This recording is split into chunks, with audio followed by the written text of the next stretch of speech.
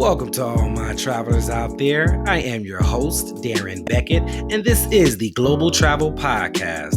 For those who do not know my travel resume, I've been to 13 states, 15 countries on 5 different continents, but it is not about me. Here, we are giving you quality travel tips, insights, and recommendations on all the best destinations for ideas to enjoy your vacations. With that being said, sit back, relax, and enjoy the ride. We are all clear for takeoff.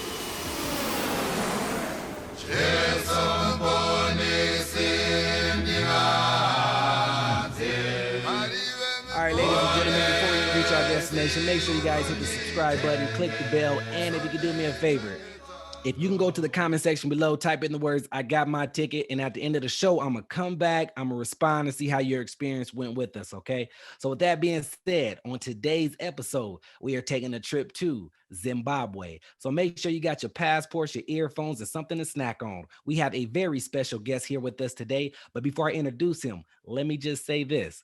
Now, this individual has been across the globe, and I'm telling you, across the globe. He's been to 20 different states and 32 different countries. So the Zimbabwe's on your list. You definitely want to pay attention. So without further ado, let me introduce you to Mr. Kenyon Barfield. What's going on with you, brother? I'm good, man. I'm good, my man. Thank you so much for having me on the show, bro.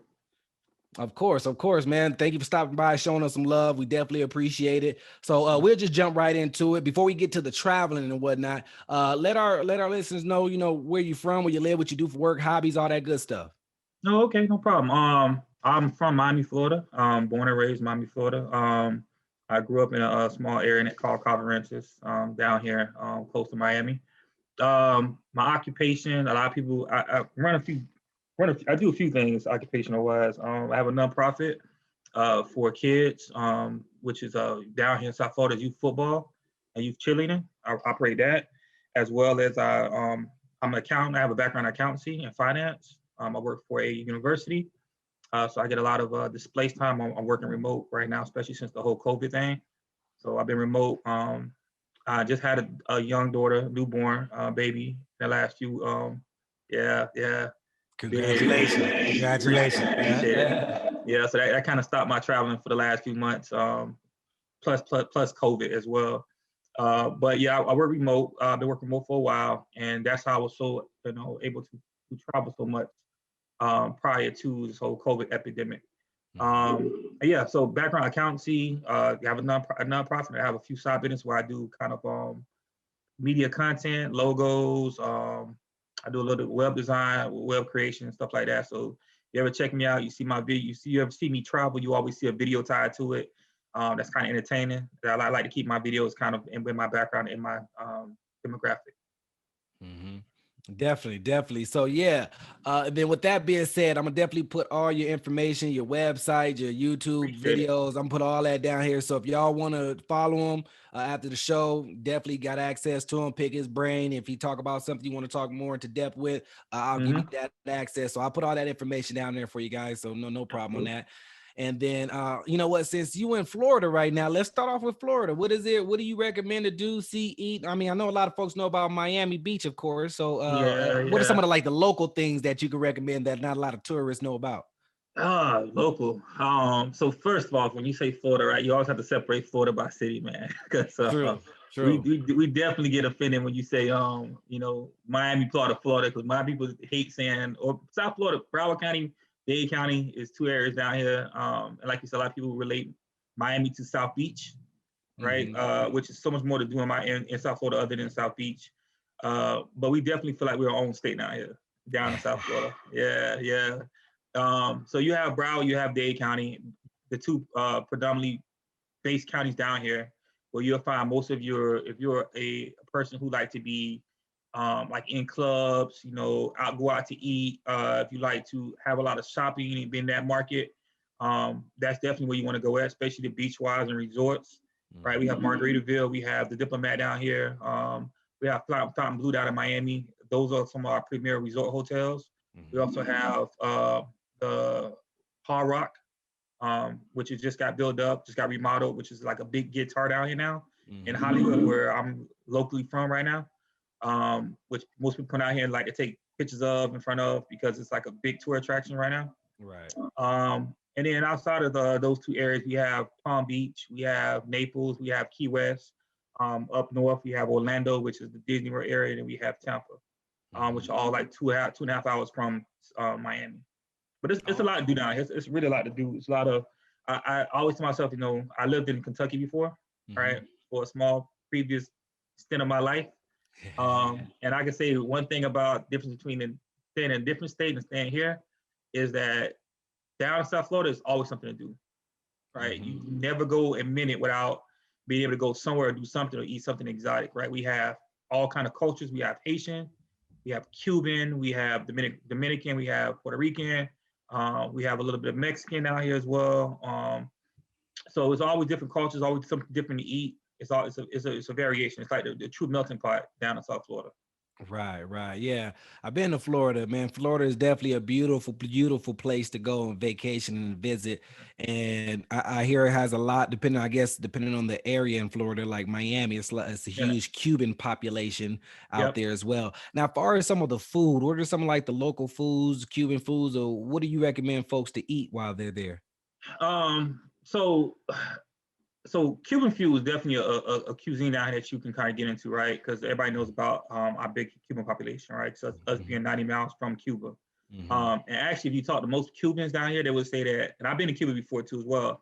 They will tell you that the Cuban food here tastes better than what you taste in Cuba, right? Because we have our So you have our rice and beans. We have our Cuban subs, our Cuban bread. We have our Cuban coffee. We have these little shots of Cuban coffee that if you take a little bit of it, it have you off your meds, man. It's more powerful than the Red Bull. But the Cuban food down here is how can I say it? It's more diverse than what you will see when you go to Cuba. Right? Okay. Yeah. And we have like my little Havanas down here as well. I guess so you say you've been down here before, right? Yeah. It was a while ago. I was a young lad at the time. I Yeah. wasn't like in my travels. Yep.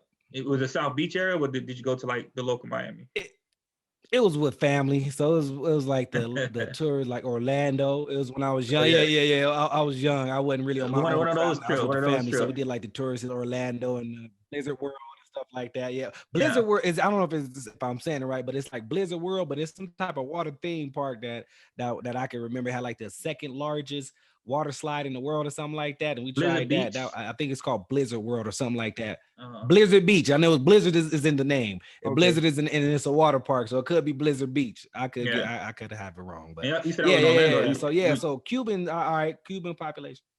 Yeah. We've been to Orlando. It was Tampa. We went to a baseball game. Tampa. Yeah. So Orlando and Tampa and Florida are kind of like I always say it's cheaper market down there for living, right? Bigger houses, less value, cost wise, but Orlando's like you say has Disney World, has Magic Kingdom, has all these different theme parks. So we get a lot of tourists come mid-state, never come down to the south part of Florida. I really never know about like how vivid and live Miami Beach is, or how vivid and live even Hollywood Beach is, because a lot of people always hear Miami. But like Hollywood Beach, we have Hollywood Beach, we have other parts like Hollywood Beach in Miami, which is another beach as well. That is a place that you can go to when you come visit out here that you'll probably be more primed to visit than just South Beach, right? Because at one point, all people knew was South Beach and Wet Willie's. That was it. Like, it's all people knew: South Beach, Wet Willie's, and Memorial Weekend. That's all people know about Miami Beach. Yeah. So, like you said earlier, I don't want to jump too much off topic, but the food cuisines and as far as things we have down here as far as to eat. So we have our Cuban culture, we have our Haitian culture. We have, like I said, very big in Dominican and Puerto Rican culture as well. And a lot of the foods down here are plant-based, which is your rice, your plantains, is your what I want to say, your jerk. We have a lot of jerk food out here as well. Right? I don't know if they have jerk up where you from, but down here, if you talk to a Jamaican person, they're gonna put jerk on anything. They're gonna put jerk on their rice, their chicken. Like my wife is Jamaican, so that's all they eat. All right. So it's one of the things you come down to South Florida, you're gonna definitely see a big part of is that island culture. Definitely cool. Yeah. So man, Florida was fun, man. We definitely got some good food when it came to the Cuban food. We hit some different beaches up other than Miami Beach or South Beach. So definitely Mhm. explored that. And of Yeah. course, we touched the tourist areas as well. So let's go ahead. You mentioned Kentucky. You lived there for a second. Let's go ahead and take a flight over there to Kentucky. What's that like? Ooh. What do you recommend folks to do I'll be honest, I don't have a lot of Kentucky, man, because I actually went to Kentucky when I went to college. I went to a HBCU for a brief moment when I first went to college on a track scholarship. So I went to here? K-State. It's in Frankfort, Kentucky, which is the capital of Kentucky. Hmm. Not too far from Lexington, not too far from Lexington, or UK, University of Kentucky. So Hmm. I don't, and honestly, I was like 19, 20. So this is probably like 15 years ago, 14 years ago, right? Yeah. And at the time, like I said, what I can say about Kentucky is that opposed to South Florida, Kentucky was very family oriented. It was very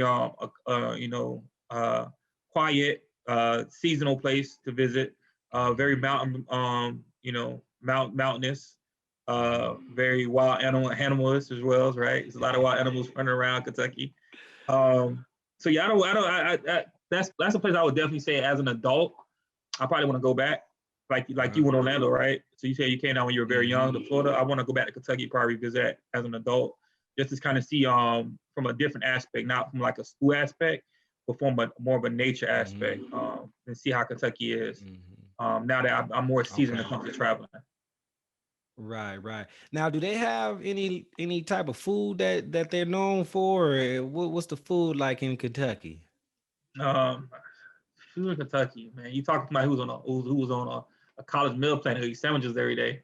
Um, Yeah, yeah, yeah, yeah. yeah, yeah. True story, All I true know is story. the Yeah, but alcohol, man, and that's bourbon. That's bourbon. all. There But you yes, go. There you right. go. But I could say about I guess it's in the same area, Tennessee. Would you say Tennessee's in the same area as Kentucky? Hmm. Right, in that same region. Man, you can. I'm in California. I don't know. Oh yeah, yeah. So Tennessee is not that far from Kentucky. And I've been in Tennessee in the last 6 years. Um, and I could probably give you a better appearance of Hmm. what I did in Tennessee versus Kentucky. And I can say it's kind of the same culture. And what Tennessee was, which I Hmm. was surprised with Tennessee, was it was very southern like. All right, even though it's not like dead in the South. Hmm. A lot of barbecue. All right, a lot of cookings of ribs and pork loin. And one thing about California, and now when I learned about California and a lot of these states over here that's like southern, is that you guys cook your meat different and you Hmm. eat different than we eat out here in the South, right? Like I give you an example. I went to Yep. California one time and I ordered a sweet tea. You guys don't really do sweet tea. You don't do like a lemonade tea. You Nah. guys do like, yeah, that's crazy. That's crazy when Yeah. you do. Yeah. We try to be healthy. We try to be healthy. We Is that try. what it is, or it's just because I'm like I never understood that. Like you go to Vegas, you go to California, you guys don't do sweet teas. You don't do like um southern style cooking of meat either. Like you guys don't cook your meat. You cook your meat different when you cook ribs than when you cook Mm, your beef. Right? It's more of like a yeah, dry yeah, and rub. You that's do like a why. wet rub. Yeah, yeah, yeah, yeah, yeah. And that's why we like to go. Well, me and my, speaking on behalf of myself and my family, Mhm. we like going down south. We like that because my mom, she's from Louisiana, so Okay, or so her she side of the knows. family at least. Yeah, yeah. So Okay. she throw down in the kids. So I know a good, I personally know what good cooking it tastes like. Yeah. But a lot of folks out in California, you're right. The cooking is definitely different. I think the food down in South, especially Louisiana, etouffee, jambalaya, gumbo, Yep. Yep. all that that's my style of food. That's what we like. But these folks out, folks in California, we try to be healthy. Some of us are vegetarians and vegans and whatnot, so we live that plant-based lifestyle. So I think that's kind of like what that comes from. But I don't know. I Okay. could be wrong. I can't speak for all of us. But Yeah. yeah, yeah, yeah. But yeah, as Yeah. far as I Tennessee always though. wondered. Yeah, I always wondered was it like a cultural difference? I know, like I said again, like South Florida, we don't consider ourselves the South because we're literally we're South, but we're more Caribbean. If that makes sense, right? It make Right? perfect Cause, sense. yeah, because we're in a peninsula and we have Bahamas, we have Puerto Rico, Cuba, all surrounding us, right? And then we have Hmm. the Gulf of Mexico. So we're even though we're here, we're not really here, right? and that's probably why we vote so crazy in Florida, right? Right. Just such a big mixture of people. But like Georgia, Tennessee, like Louisiana, Alabama, Texas, definitely. Those southern states that make that southern belt. Like even down here in Florida, we have a lot of southern cooking too, and when it comes to barbecue wise. But those are the places that you see like that wet, type of barbecue cooking is really enriched with flavor and smoke, right? We don't do a lot of charcoal grills out here. We do more wood charcoal, right? And like I was saying, Tennessee, like compared to Kentucky, was one of the big things I saw was I was surprised with because they're not really considered Southern, but they are in a sense. And they have a lot of that enriched food cooking when it comes to Southern barbecue. Most of their food were barbecue style food, right? Right. Most of their drinks were whiskey and bourbon, right? And now here in Florida, we love cognac. Like I don't know if that's in California, but like in the South, we love cognac alcohol. Anything we call dark liquor is what we go at when we want to, talk about our emotions and feelings. We go to cognac. Yeah. So I don't know if you guys get down like that in California, man. I feel like you guys might be drinking like Ciroc all the time. It depends, and honestly, I think that's more of a cultural thing because I know the Black community we drink, Hennessy, we drink the cognacs as well. Yeah. So it depends on who you're talking to because California, we have a lot of different folks from different areas in California. To be quite honest with you, I know me personally, I'm more of the dark liquor Hennessy, type of fella myself. Okay. But the Ciroc and the lights ain't really my thing. Tequila, I am a tequila drinker. That's one of my things. Yeah, you in California, you in Mexico. Y'all saw y'all drinking tequila, man. That's one that but guilty by association and demographics and location. Right. So tequila is definitely one of, but Hennessy. I know at least the crowd that I associate with Hennessy is probably like one of the more popular cognacs. I mean, I'm not like a whole drinker like that, so I can't tell you what's cognac and whiskey and brandy and all that. So I can't really tell you all that. But So let's see. We traveled to I think enough places in the United States, so we still have a little ways before we hit Zimbabwe. So what country do you want to stop in first before we head over there to Africa? We can pick a different country. Other than the main country. If I had to pick this like a random country to talk about, would probably be. I think this is already on your list. I don't know if it was this specific. I know you guys have Greece on your list, right? Already, right? You can talk about it. Yeah, definitely. We can talk about Greece. Yeah, definitely. But I more specifically talk about like Santorini. I don't know if a lot of people spoke about Santorini and the Mykonos Islands. We can start there first if you want to. Let's go. We in Greece. We in Santorini. What you got? What do you recommend? So a few traveling tips I would give anybody traveling to and I will tell you kind of how I got to Greece and how I got to that area, right?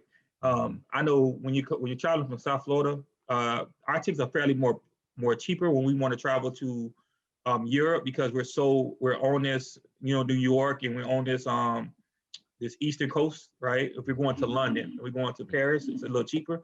But we want to go to like China, we want to go to like the Philippines, it's a little more expensive, right? Unless you're flying out of California on your end. So what I recommend people, like, since Greece is like not on a border of London, not on a border of that European threshold, I always recommend that people should always fly to another place before they get to Greece, right? And what I ended up doing was I flew to Africa first. I flew to which was Cairo, Egypt, right? Okay. So, and how I kind of travel, I kind of like put my trips into a group, right? I like to pound my trips, so I don't want to take one trip to one destination because I feel like that's just so boring. So I look for layovers and I look for trips that are going to like compound each other, right? And I want to hit as many locations as possible within a certain time frame. So a lot of my friends look at me crazy because, I'll go somewhere for one day and spend one day there and do the most in that one day, and be on a flight the night or the next morning. And sometimes that sucks because you don't get the full experience. But it does work out for a lot of people. If you're trying to be cost effective, it works out really great. If you're trying to not spend a lot of money traveling to these places, and you want to go as many places as possible within a certain period of time. So for Greece, what I systematically did was I wanted to get to Santorini, Greece, which if you did the ticket price, it was like crazy from Miami to Santorini. So when I flew into Cairo, and if everybody knows how Africa is, there's not an agreement right now. I don't think it's currently agreement for people to fly from Americans to fly to Africa directly, right? So they're going to fly you over to a place where they feel like has the legality to fly to Africa, which would more likely be, in this case, have been Dubai, right? So what happens is that I picked the flight from Fort Lauderdale, where I'm stationed at, to Cairo, right? And it gave me a 24-hour layover in Dubai. All right. So yeah. So it took me to Dubai. I did 24 hours in Dubai. Did a hotel. Got a night there. Did some things in Dubai. And then I took a flight from Dubai to Cairo. I did a few days in Cairo and Luxor, and then from Cairo I bought a ticket right to Greece.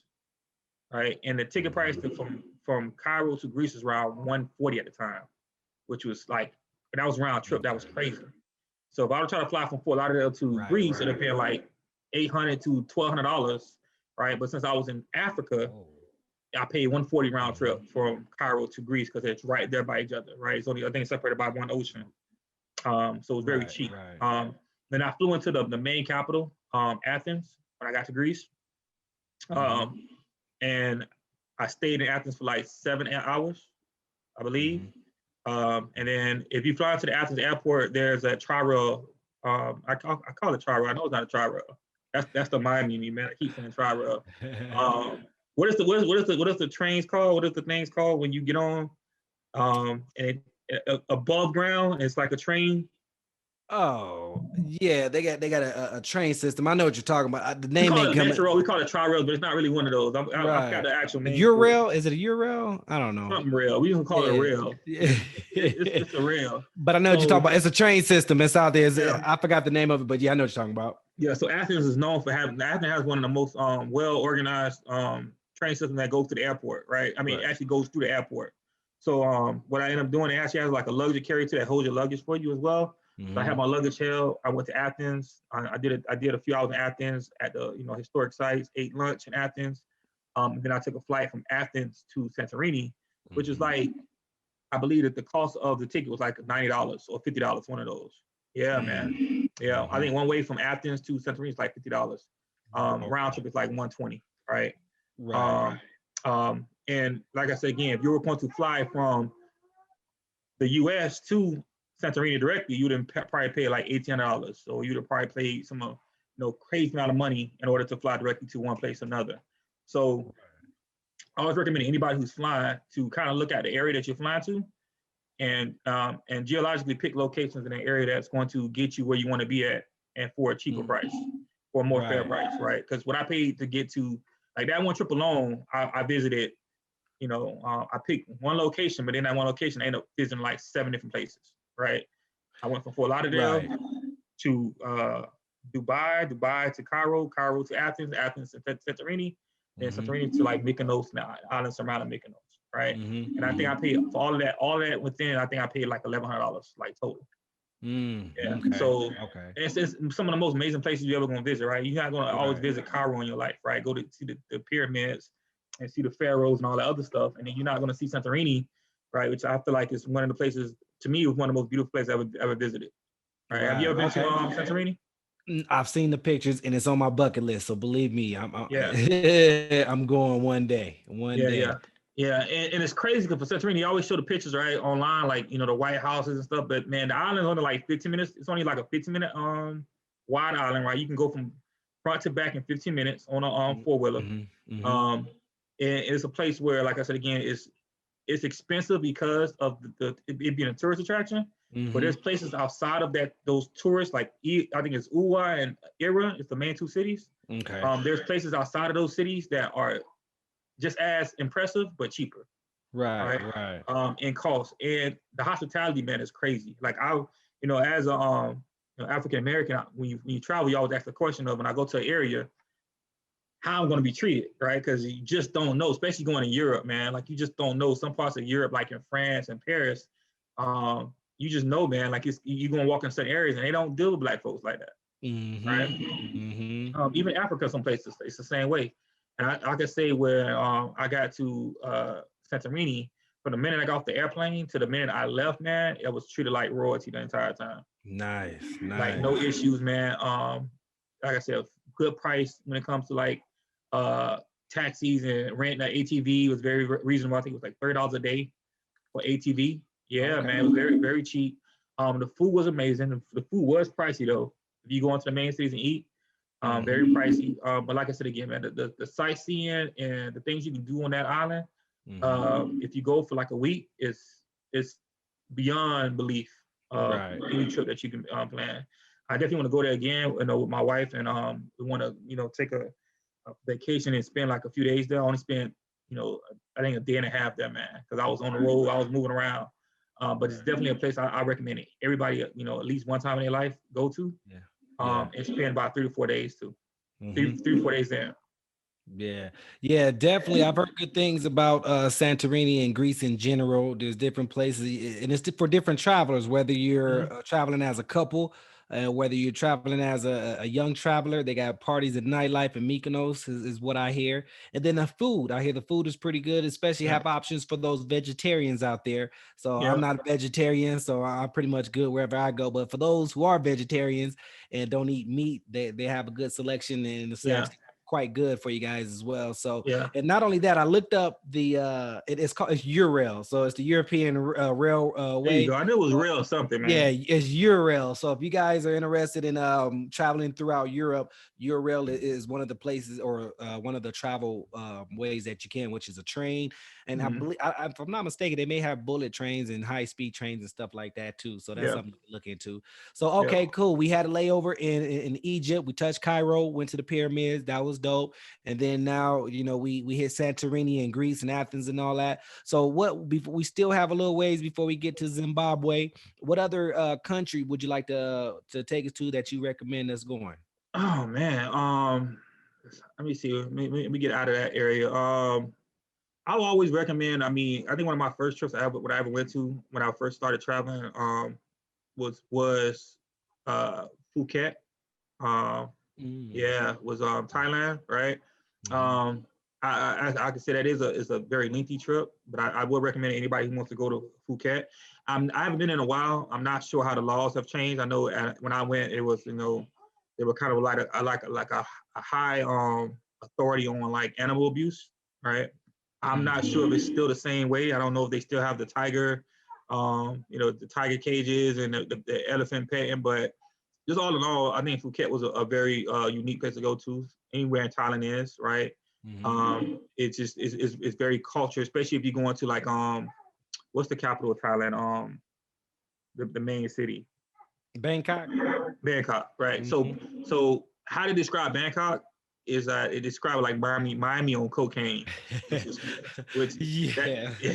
what they told me when I went, right? It was like, I was like I'm from Miami, man. I'm gonna go to Bangkok, and it was like, I was like, it's pretty much it's gonna be more lively in Miami. They were like, it's out there. But I think Thailand period is like a culture shock. Anybody who's getting into traveling for the first few times, I think if you want to jump into something and want to go big, I think you go to Thailand. Just because, like I said, there's Cambodia. There's so many places in that area where you can go to in Thailand where you can get a different culture in every different sector of that country, right? Bangkok is different from Phuket. Phuket is kind of like island where you have Phi Phi Island and you have the beautiful turquoise water. You have small villages, right? You have the main city, which is not very big. It's like 30 minutes long, right? It's kind of like Florida, but they call it a country, right? And you have, they have Jamaican food there. They have all kind of cultural, they have all kind of cultural food in a small place, and it's so far away from what you're used to. And it's just amazing to go to places like that and see how the culture is from what you read in a book, right? Because I think the misinterpretation a lot of times when you read and you travel is that you don't really get the authenticity of that area unless you actually go there and visit. So I would say definitely Phuket is a place that you should check out. Definitely you're into like water and you're into like snorkeling and diving. You're into like animals, and you into like city life and you want to travel through Thailand, it's definitely a place you should check out. I don't know how that's gonna be after this whole COVID thing, because how I got to Phuket, I had to go through China. which was the layover. So I don't know how that's going to be, in the future, how it's going to look. But definitely, if you get a chance, go to Thailand and check Thailand out. Yeah. I've been to Thailand. I was actually in Bangkok and Pattaya. So I didn't do the Phi Island or the Phuket or what have you, but wherever you go in Thailand, I've always got great reviews on Thailand. It's very cheap for us Americans to go out there as well. So Mm-hmm. if you are American, you can get your dollar goes a long ways in Man, it Thailand. goes a long way, man. Yeah, any of those Asian countries, and then also take a quick trip to the neighboring country, wherever that may be.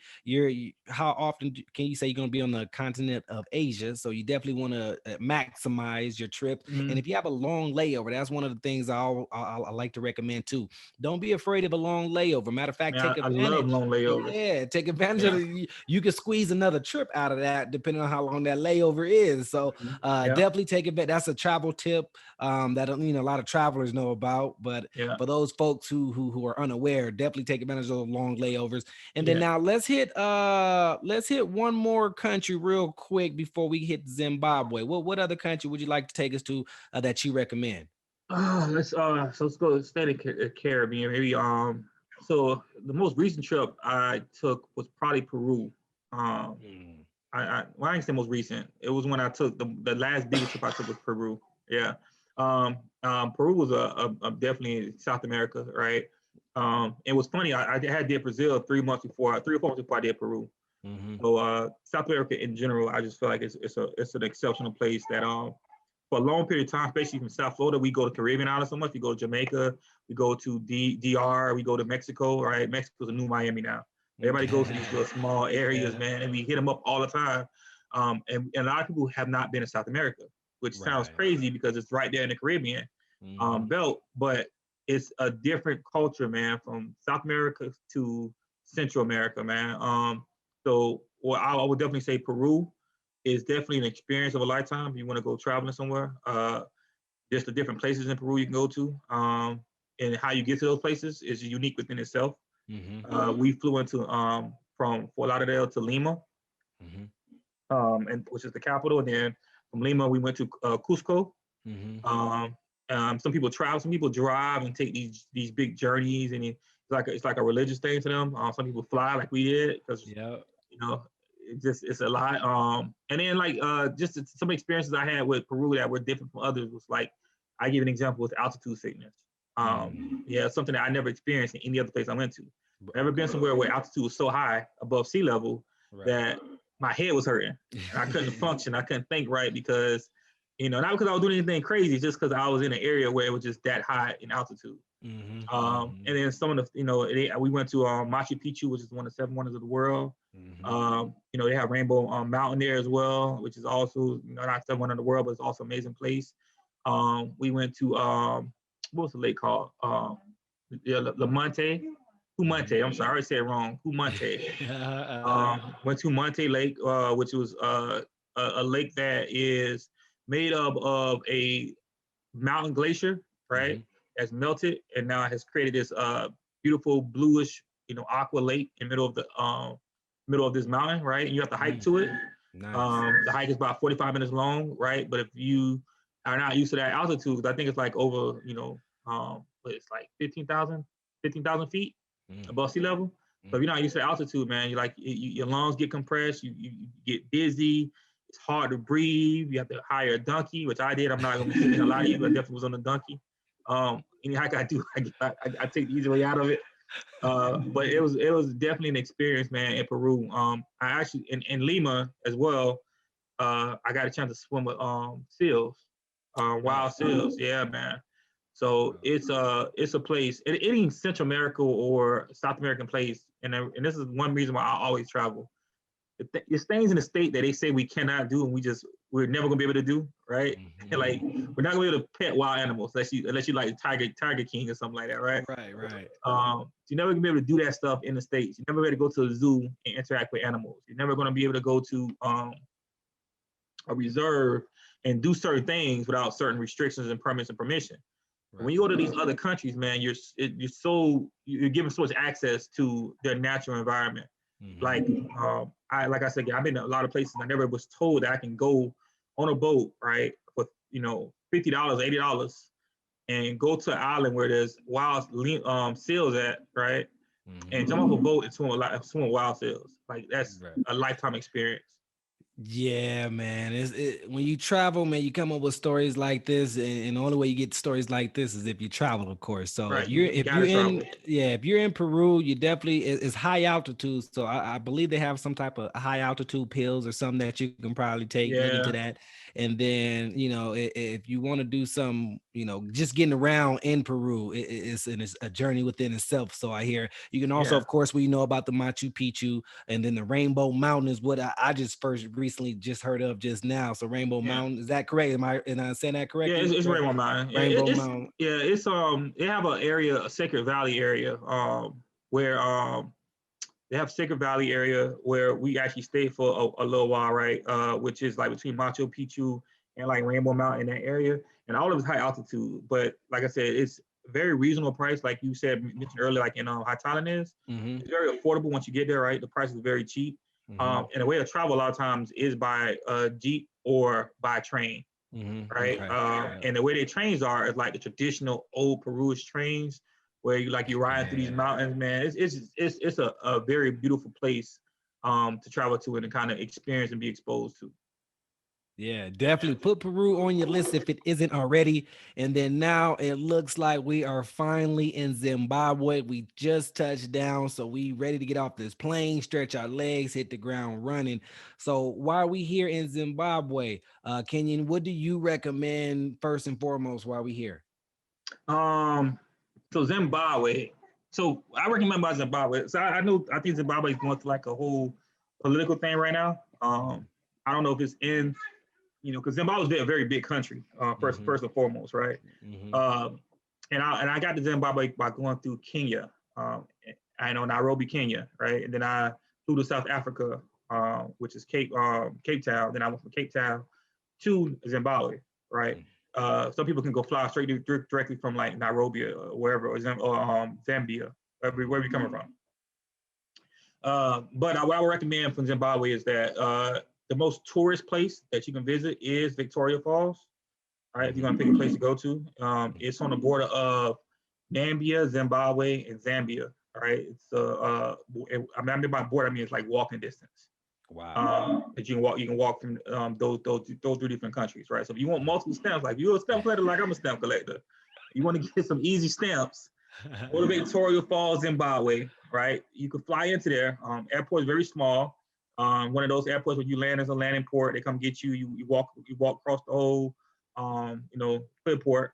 And the people in Zimbabwe, I can see my first introduction to Zimbabwe, the people were just extremely amazing, nice, kind people, very respectful, and very respectful to like not just Americans, just people in general, right? I've seen Europeans, I've seen Caucasians, I've seen Chinese, I've seen Black African Americans in Zimbabwe, and everybody was just treated the same. Like hospitality is crazy in Zimbabwe.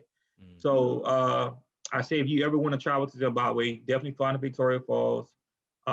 Definitely go with more than one or two people. And the reason I say that is because they're not like, you can't really get like you can get a hotel, but you'll be paying like crazy amount of money in Victoria Falls to get a hotel or resort. What we stayed in was kind of like I want to say it's not a hut, but they do these they do these houses where it's like you rent out like a whole like the unit. It's in a while, and you stay in it. And I went with two friends. There was like a very good situation because it was very affordable because we all paid a piece of that cost for that place. The crazy part about it, the morning time you wake up, it's like animals everywhere. Like you have what's the animal that's on Lion King? Timon and Pumbaa. A hogwarts? No, not hogwarts. It's not a hog. It's not a. I know what you mean, but it's a warhog. Is that a warhog? Warhog. There you go, warhog. Yeah. So the warhogs and like the whole family outside in the morning time, running across the yard like chickens. Like it's crazy, man. But it's very cultural. Like I love that stuff. I love going to places and traveling places in the morning time and seeing something I'm not used to seeing. Right. But in Victoria Falls, You know, one thing I love about Victoria Falls is that it's 1,000,001 things to do. In Victoria Falls, I can go down a list of things I did. Mike, can you kind of give you a game plan of if you ever want to go there and do it? Yeah. So I went for my birthday last year, right? And some of the things I did when I was there was I did diving with alligators, right? Yeah, in a tank. It was like honestly, I believe it was like maybe $50, $60. It was legit. I want y'all to think of the price because I'm paying $60. He had me out there, you know, in somebody's swimming pool swimming with alligators. It was actually like a professional tank, caged off with people that's actually trained to handle the alligators, or crocodiles, so African crocodiles. Right. So I did that. I also did walking with lions as well, right? Safari walking the lions. Dope. Yeah, that was something that's unique, and that's actually in Zimbabwe and it's in Zambia. They don't in Zimbabwe. They don't let you do the adult lions. But if you cross the border to Zambia, which is 15 minutes away, that you do the adult lions in Zambia. So depending on what you would prefer to do, you want the older lions, you want the young. And I know people see this before. They probably seen like stuff on IG where the girl's walking with the cheetah, right, or the guy's walking with the lions, and he's like strolling in the woods with the lions. So that's in Zimbabwe and that's in Zambia. This is the place you want to go to in order to do that at, right? Okay. What else did I do? What else I did in Zambia? I did bungee jumping off Victoria Falls Bridge, right? Which is it got famous for a while, I think, because Will Smith did it. Yeah, I know exactly what you're talking about. Yep. Yeah, it was on his bucket list. I think he did one. He dove off the Zimbabwe Victoria Waterfalls Bridge. Now, it's famous bridge. You can walk across of it. What I like about the walk from where I was, because the border between Zambia and Zimbabwe is very thin, right? And what I decided to do when I went there was that I wanted to be enriching the culture, so I actually walked. I didn't want to take a taxi. So you go through the border of those countries, and it's a very simple process. You go in, you pay $15 to cross the border. They give you a slip of paper, right? And they stamp your passport that you exit Zimbabwe, and then it's like a 15-minute walk from Zimbabwe to Zambia. And in the middle of that 15-minute walk, you have that bridge, which is Victoria Waterfalls Bridge. All right. And then you have the option, you get to cross that bridge, you want to bungee jump over the bridge. And I did it, like I said again, it was an amazing experience. I probably would never do it again, right? But it was once in a lifetime experience. Definitely something I recommend people who who are thrill seekers, who want to, have that birthday wish, man. It's definitely something you should do. I actually bungee jumped in Thailand too. And I can tell the difference between Thailand bungee jumping and the African bungee jumping was two different scenarios. In Thailand, they use the harness and they kind of like rope your legs up with rope, and they kind of use a certain attachment in your legs to make sure that you felt safe. When I was saying Zimbabwe, they tied a towel around my legs, like a towel. Yeah. They give you a safety harness on your chest, but man, when I tell you, it's more of a thrill in Zimbabwe, because when you're bungee jumping, that towel goes to slide down your leg because you feel like you're about to lose grip. I mean, if it does, you get caught with the chest harness. But it was a thrilling experience, and then you're diving over the Victoria Waterfalls, or over Victoria Waterfalls. So it's water down there, like whitewater raft water. Right. Now a canyon that you're diving into. So it's, I don't know, man. It's something that people definitely should look into if they want to travel in that area. Another thing we ended up doing in Zimbabwe, which I could tell you was an experience that I recommend now, but at first I was kind of like opposed to, which was it was the elephant sanctuary. Let me get the name for you real quick. Okay. But it was in an elephant sanctuary where we actually got to kind of engage with it's the Wild Horizon Elephant Sanctuary. Okay, Wild Horizon Elephant Sanctuary. Gotcha. Yeah, it's in Zimbabwe. And what they do is it's a certain amount of acres they have like designated to this sanctuary where they protect these African elephants. I'm talking about like real African elephants. So, like I said, I've been to Thailand before, and I know people have those pictures in Thailand when you're on top of an elephant and you're playing in water. Those elephants are gorgeous. However, they are not African elephants. African African elephant compared to a regular elephant is the size is crazy different. Really? Yeah, man, it's crazy different. Like a white tusked African elephant is enormous compared to most elephants. So Really? yeah, man. So these elephants were gigantic, man. Like some out of like prehistoric time. So yeah, so and they let the elephants walk up to you, right? They have like a dock. You come, they walk up to you. You can talk to them, you can pet them, and you interact direct with them. It's no hold guard on what you can do with elephants, right? Right. And then once you get done petting them, and you can kind of like they get to know who you are and get the sense that you're not that they hurt them. They walk them down to like a mud pit and let them play in the mud, and they give you they let you paint these elephants. So they sit you down, yeah, and it's like the middle of a like you in the middle of the jungle, pretty much, or the desert or whatever the case is, and you sit down on a chair, right, with whoever you're with, and they serve you like some drink, some refreshments. They give you a painting, some painting utensils, and you sit there and you paint these African elephants while they're in their habitat. Yeah, man, and I literally want to say I paid maybe like $60 to $80 for this. That's like, it. Yeah, it was like mad cheap, man. Zimbabwe in itself is cheap, right? But it was cheap. The experience is like one in a lifetime. Like if I ever go back to Zimbabwe, I would go back there. One of the ladies I met when I was there was like somebody who's part of the CDC. Like she literally lives there, and she's like, I come do this all the time because it's so meditating to sit down with these animals and do this type of stuff with. So that's definitely an experience that I had in Zimbabwe as well. And it's all one trip. I was only there for 2 days. So yeah, so 2 days I did elephants, I did lions, I did bungee jumping.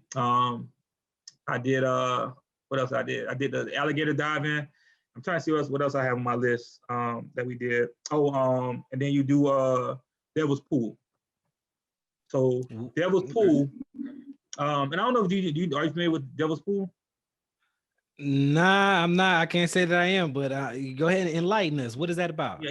So you've seen the pictures before, right? When you ever seen a picture like somebody's in Africa, like in the middle of this gigantic waterfall, and they're on the edge of it, and they're like leaning over the edge, and they're like their hands up, and people are like, well, he's about to fall off the waterfall. What are they doing? And people always wonder, like, where is that in Africa? That is on the border of Zambia and Zimbabwe, right? Okay. The Zambia side, you're not allowed. You only can look over and look down into the waterfall. You're not allowed on the actual waterfall. But if you find an actual agency that takes you over the border to Zambia, in Zambia, you actually get a chance to get in the water and then go on the waterfall. This is one of the should be the 7th one of the world. Like waterfalls over, I think 100, 200 feet drop, and you get to the very edge of it, and you're able to kind of sit on the edge of it and look over and take pictures and photos. So it's amazing. I don't know if it's going to show on this screen because it's so small, but it is an amazing. I have all this on my IG too as well. It's an amazing experience. Definitely one in a lifetime experience, right? And the guys you get to help you out are amazing. They feed you on this trip as well. Like it's a 2-hour excursion. They feed you like barbecue, and they give you these unique cultural coconut drinks in order to get your energy back as well. It's definitely a huge experience in Zimbabwe, man. It's a place, and it's all this is can start in Victoria Falls. Like I had a big issue when I was trying to find out information about Zimbabwe. It took me a while to find out that all of this stuff that I wanted to do was in one place, right? Because I was searching like the main capital in Zimbabwe. I was searching like all these other different places in Zimbabwe, like Karoo, Kariba, like all these other places on the skirts of Zimbabwe. And I found out after doing my research that Victoria Falls is where I want to fly into, where I want to fly out of, and that's what the place I can go stay at. I can do all of this stuff and also cross into another country like Namibia or Zimbabwe or Zambia. Victoria Falls. Okay. Yeah. That's so the Victoria one. Falls, Zimbabwe. If you ever want to go, make sure I would suggest anybody who's planning like a big birthday trip. Okay. Yeah, if you want to do a birthday trip, you want to do like an excursion with your family. I say definitely take people with you. Like take a, because you're in Africa anyways, right? You don't want to take a solo trip to Africa just because you might go to the wrong country. in Africa, and it might be something else. I'm serious, man, because the stories I heard in South Africa, man, was crazy. I heard some stories in South Africa, dude. Yeah, you got to be careful. You got to be anywhere you go, but especially certain places more than others, definitely. Yeah. So yeah, Zimbabwe sound like it definitely moved up on my list. I know it was on my list, but it definitely moved up. Now, far as so we have a lot to do in Zimbabwe. Whether you want to dive with alligators or crocodiles, whether you want to deal with paint elephants, gigantic elephants. Yeah. Whether you want to, take pictures and go on the edge of a 200-foot water fall, it's a lot that you could do all in one place in Victoria Falls. Now, as far as the food, what is the food like in Zimbabwe? Tell us about that. The food.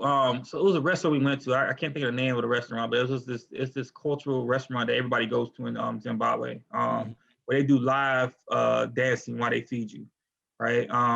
And the food. It's hard to explain. A lot of live animal cooking is what I would gear it to, right? Like when they cook pigs, yeah, they and you see it in South America too a lot, like Peru and Brazil. Yeah. Like when they bring the meat out on those sticks and they slice the meat for you. So imagine that, right? Because in Brazil and Peru, that meat is cooked, is already taken off the animal, right? They slice it in front of you and give you different briskets and give you different type of like pork loins. Right. So imagine that same style, but you still see the animal.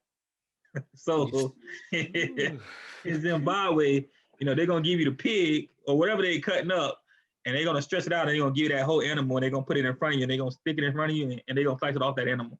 So you eating an alligator, it's gonna be an alligator there, and it's gonna be them cutting the meat off the alligator, and feeding it to you, and bring it, and you come to bring your plate and getting it. But the food was like it wasn't too much different from other places in Africa I visited, where it's a lot of meat centric, right? Where it's a lot of chickens and beef, right? Which like the main two meats I've seen there. A lot of rice. Let me see. They did have this one worm they ate. It was a worm that I can't think of the name of the worm, but yeah, it was some cultural thing they were doing too. When they tell people they can eat this worm out of not out of the liquor bottle, and that's what we do in America. Oh, you got the worm. Right. It was like an actual worm, that like a gigantic worm they wanted you to eat. It was different, man. They food options was crazy. But I would say in Victoria Falls, it's very Americanized, or I would say colonized when it comes to food. So you would probably have to travel outside of Victoria Falls to get that cultural Zimbabwe food, which I didn't really get to experience because I was in Victoria Falls most of the time. But a lot of their foods is very tourist-like, right? They serve you your burgers, they serve you your fries, they serve you your steak options, they serve you mojitos, right? They serve you your cognacs, yeah. So it's a place. Like I said again, it's a very touristy place with a big dash of cultural significance. If that makes sense. Right. Well, were you able to taste any of the local beers or the national drinks or anything like that at all? Did I taste a local beer? I want to say I did in Zimbabwe or Nairobi. I want to say I taste one of the local beers. I'm not a big beer drinker though. Like I'm not a huge beer drinker. What I do I do collect like the whiskeys. Like cultural, I don't drink them, but I do collect them sometimes. Okay. So I collect the whiskeys, but I don't really drink them. But I didn't see like in Zimbabwe. In Victoria Falls. I'm not gonna say Zimbabwe. Victoria Falls. I didn't see a lot of that in Zimbabwe. I didn't see a lot of like Pacific drinks that you can drink from the actual car. I seen a lot of that in Nairobi, Kenya. And Nairobi had their own type of drinks, their own type of alcohol. They had their own type of options of what they were selling. I didn't see a lot of that in Victoria Falls. Okay. Now, far as Victoria Falls in Zimbabwe, what's the nightlife like over there? Do they have one? Nah, I would say nightlife is like, so I was gonna say animals. The joke they made a joke when we was in the taxi cab. They were like, yo, don't get caught after night. And they call it a bush. They're like, don't get caught at night walking on the street because a lion will come grab you and take you in the bush. What they were telling. Yeah. Listen, Zimbabwe is that place. When I tell you, like, when I say it's a big, if you want to go to like a place in Africa where it's tourists, But at the same time, you can get ate by a lion. That's the place you want to go to because it can happen. I went out one night in nightlife in Zimbabwe. Very Americanized, very colonized. Like I didn't go into I like going to local areas and experience that. I didn't get a chance to go to local areas and experience the local because it was just I went there for a day and a half. But what I've seen it had a lot of lively Americanized European music. So very, very, very, very tourist like at nighttime.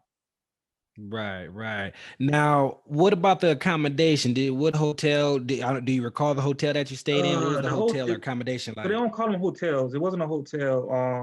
I'm trying to think of the name of what they call them. You did say like a little, not a hut, but it's some. Yeah. Would it be like an Airbnb or how do you? They call it. I want to know the exact name of it.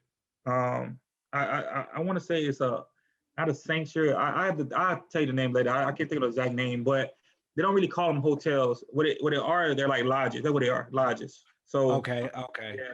So and how they kind of work is that so I was in a taxi with one lady who actually owned it.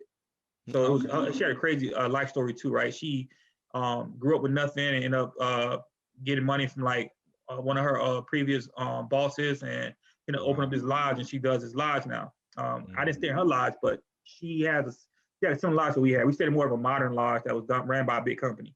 But there are local people that actually have lodges too, and these lodges are very cheap. But there's like one living room, and then you have like rooms in them. And that's how most of the stuff is in Zimbabwe. You rarely see a lot of the resort hotels that you would see like in Nairobi, Kenya, or South Africa.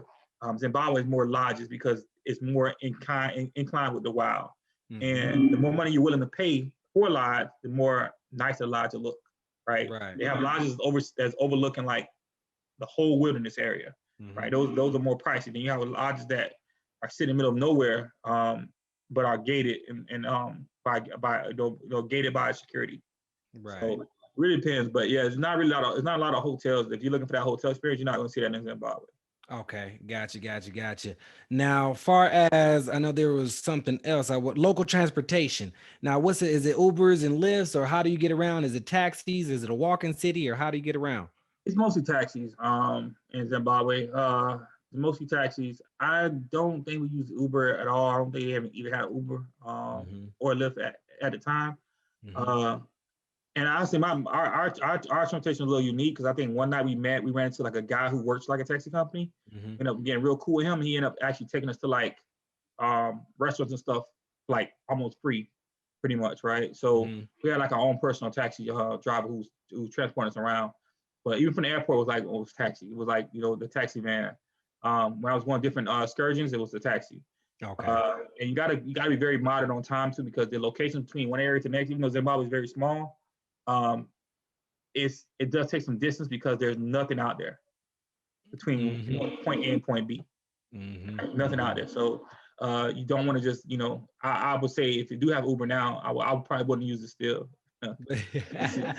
Right. Yeah. Try to use that local transportation if you can, man. Get that local feel. You never know who you'll run into, converse with. So it's definitely something unique and special about going with the locals, living like the locals. Now, as far as Americans, do we need visas or vaccinations or anything like that, or other than a passport? So vaccination-wise, in Zimbabwe, don't need any vaccinations to get into Zimbabwe. Now, the issue with that is that most people don't fly you can't fly directly into Zimbabwe from like America. So, like I would tell you, I had to get the yellow fever shot, and I had to get like typhoid shots and stuff because I was going to Kenya. So Nairobi doesn't require to have yellow fever, but there's parts in Kenya that do require yellow fever and require typhoid and hepatitis A shots. So I got those shots just in case I didn't want to run into any issues, right? But when I got to the airport in Zimbabwe, they did ask me for my yellow fever card, right? I'm glad I had it. But I was with somebody who didn't have the yellow fever card, and when they asked her for it, she said, "I don't need it," and they didn't question it. They're like, "Oh, okay," because it really depends in Africa, and this is just Africa, period. If you're traveling around different countries in Africa, like you're going, especially South Africa, you're going to like other rural countries like Tanzania, and you're going to like other parts of Kenya and stuff like that. If you're traveling through those countries, not even staying there, but if you're traveling through those countries, It's more, I would recommend that you get a yellow fever card, you get your typhoid pills, and you get your hepatitis shots. Okay. Right, before you go, just in case you do get stopped in the country, and they ask for it. Now with COVID, I'm pretty sure that's when another one they might have on the line, and you're gonna have a COVID card or something like that. Yeah, definitely. So, all right, we spent a lot of time in Zimbabwe. I think we got a lot of information. So we're gonna hit the we got a flight to catch, so we got to wrap things up. We're gonna hit the gift shop, get some souvenirs, on our way back. And while we doing that, any last things about Zimbabwe you want to cover that we haven't touched just yet? No, I think we covered mostly everything for Zimbabwe. Just once again, it's a beautiful place, definitely, and for those who want to go in and kind of get that, a little bit of cultural, a little bit of tourist, you know, settings, definitely Zimbabwe. And you want a lot of things to do, I would recommend Zimbabwe. And like I said, I went through there. Well, I didn't say this earlier, but I recommend that you do layovers. If you can find a layover flight that take you through Zimbabwe, like I did layover in South Africa, Cape Town. So if you can find a layover that takes you somewhere else and you spend some time there first before you go to Zimbabwe, you'll get both that city life and you'll get that rural, I ain't say country, but rural life as far as animals and safari goes.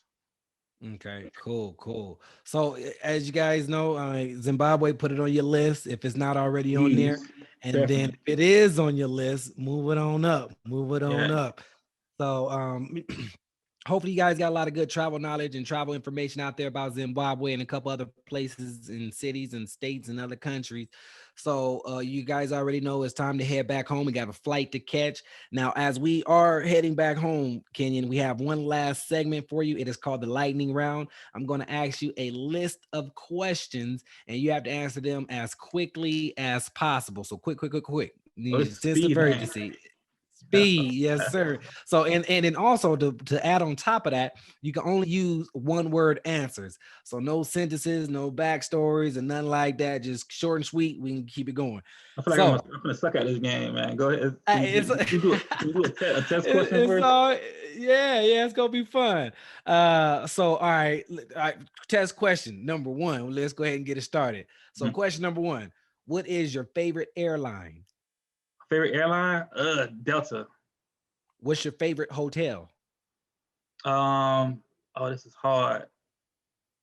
I'll say Marriott, even though What's your I know, favorite? Go even though I know ahead. that's not the one. It's I would say I'm keeping it traditional. I want to go international, but I can't think of the names right now, so I'm gonna keep it like that. Marriott at work. And then what's your favorite cruise line? I hate cruises. I don't have a favorite cruise line. Understood. What is your favorite state? Favorite state? Ugh. I would say right now, Arizona. What is your favorite country? Favorite country? I would say Africa. What is your Continent. favorite? Continent Africa. I would say country. Yeah, man, I can pick continent instead of country. I know I'm messing the game up. Yeah, it's all right. Give me a country. Give me a country. Country. I'll say Greece. Greece. What is your favorite hotel booking site? Uh, Hotel. Like Expedia. Is it Expedia? Yep. What is your favorite flight booking site? I use, what is this app called? Hopper. Hopper. What is one thing that Kenyon must bring on all his trips? One thing. Oh, a camera. Definitely. Where do you want to go next? Where I want to go next? I had a trip planned to go to Jerusalem. On to Jerusalem. Nice. What other state that you haven't already lived in? What other state would you move to? Other state I'll move to. I would probably try either Texas or Cali. What other country would you live in? The country I live in. I would say Costa Rica. Last question. What is your favorite travel podcast? The Global Travel Podcast. Good answer. Yeah. Much appreciated, man. Definitely appreciate it, Kenyon. Thank you for stopping by, showing us some love, man, dropping all that travel knowledge that you got. So thank you, brother. Much appreciated. Appreciate you, man. Thank you so much for having me. Of course. So to all my travelers out there, all my listeners, y'all know what time of day it is. We are approaching our home airport, so the plane is now descending. So I need you back into your seats, buckle up, trays up, and seats in the upright position. But before we land, Kenyon, if you can do us one favor, if you can leave us with one last piece of travel advice, what would that be? One last piece of travel advice. Love layovers. Yes. Yeah. Great. It's simple. Love layovers. You could do so much with a layover. So if you have a long layover, squeeze another trip out of that if you can.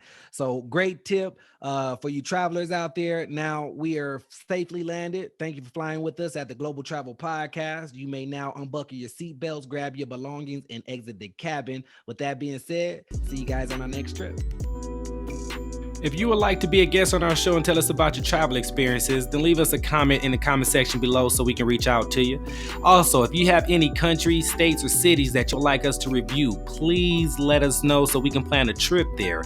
Lastly, if you got some good value today and liked our podcast, please hit the like button and click subscribe so you can travel with us again next time. So subscribe right now because you don't want to miss the next trip. With that being said, over and out.